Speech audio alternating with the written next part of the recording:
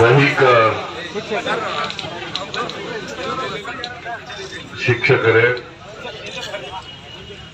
ಇತರ ಎಲ್ಲ ಸ್ನೇಹಿತರೇ, ಈ ಸಂಘಟನೆಯ ಅಧ್ಯಕ್ಷರೇ ಮತ್ತು ಇತರ ಎಲ್ಲ ಪದಾಧಿಕಾರಿಗಳೇ, ನನಗೆ ಗೋವಿಂದರಾಜು ಅವರು ಮತ್ತು ನಮ್ಮ ಕೆಲವು ಸ್ನೇಹಿತರುಗಳು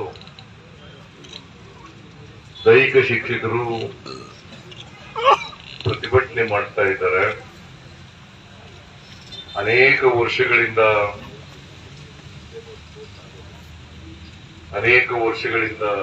ರಿಕ್ರೂಟ್ಮೆಂಟ್ ಆಗಿಲ್ಲ. ಅದು ಪ್ರಾಥಮಿಕ ಶಾಲೆಗಳಿರ್ಬೋದು, ಕಾಲೇಜುಗಳಿರ್ಬೋದು, ಅಲ್ಲಿವರೆಗೆ ನೇಮಕಾತಿ ಆಗಿಲ್ಲ ಅಂತೇಳಿ ಅದನ್ನ ಒತ್ತಾಯ ಮಾಡಿ ನೀವೆಲ್ಲ ಕೂಡ ಧರಣದಲ್ಲಿದ್ದೀರಿ. ಅದಕ್ಕೆ ಗೋವಿಂದರಾಜ್ ಅವರು ಹೇಳಿದ್ರು, ಅಲ್ಲಿ ಒಮ್ಮೆ ಫ್ರೀಡಂ ಪಾರ್ಕ್ ಹೋಗಿ ದೈಹಿಕ ಶಿಕ್ಷಕರು ಧರಣ ಮಾಡ್ತಾ ಇದ್ದಾರೆ, ಅವರ ಮನವಿ ತಗೋಬೇಕು. ಜೊತೆಗೆ ವಿಧಾನಸಭೆಯಲ್ಲಿ ಸದನ ನಡೀತಾ ಇರೋದ್ರಿಂದ ವಿಧಾನ ಪರಿಷತ್ನಲ್ಲಿ ಈ ವಿಷಯವನ್ನು ಕೂಡ ಪ್ರಸ್ತಾಪ ಮಾಡಬೇಕು ಅಂತೇಳಿ ಒತ್ತಾಯ ಮಾಡಿದ್ದಾರೆ. ನಾನು ಇದನ್ನ 0 ಅವರ್ನಲ್ಲಿ ಪ್ರಸ್ತಾಪ ಮಾಡ್ತೀನಿ.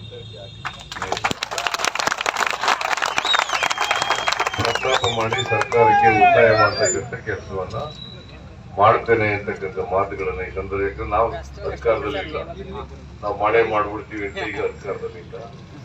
ಅದರಿಂದ ನಾವು ಅಧಿಕಾರಕ್ಕೆ ಬಂದಾಗ 100% ನಿಮಗೆ ರಿಕ್ರೂಟ್ಮೆಂಟ್ ಅನ್ನ ಮಾಡೇ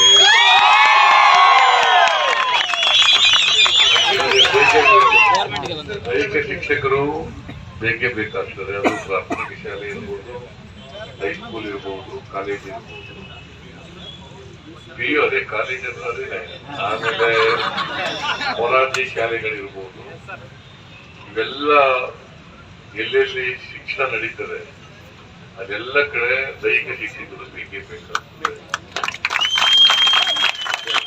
ಒಬ್ಬ ನಿರುದ್ಯೋಗಿಗಳಾಗಿದ್ದೀರಿ, ಉದ್ಯೋಗ ಕೊಡ್ಬೇಕಾದ್ರೆ ಎಲ್ರಿಗೂ ಉದ್ಯೋಗ ಕೊಡ್ತೀವಿ ಅಂತ ಹೇಳಕ್ಕಾಗಲ್ಲ. ಆದ್ರೆ ರಿಕ್ವೈರ್ಡ್ ಶಿಕ್ಷಕರು ಎಷ್ಟು ಬೇಕು, ಶಾಲೆಗೆ ಕಾಲೇಜಿಗೆ ಎಷ್ಟು ಬೇಕು ಅವ್ರನ್ನ ತಗೊಳ್ಳಿಕ್ಕೆ ನಾವು ಅಧಿಕಾರಕ್ಕೆ ಬಂದಾಗ ಪ್ರಯತ್ನ ಮಾಡ್ತೀವಿ. ಈಗಲೂ ಕೂಡ ಸದನದ ಆಮೇಲೆ ಸರ್ಕಾರದ ಗಮನವನ್ನ ಸೆಳೀತಕ್ಕಂಥ ಪ್ರಯತ್ನವನ್ನ ಮಾಡ್ತೇನೆ.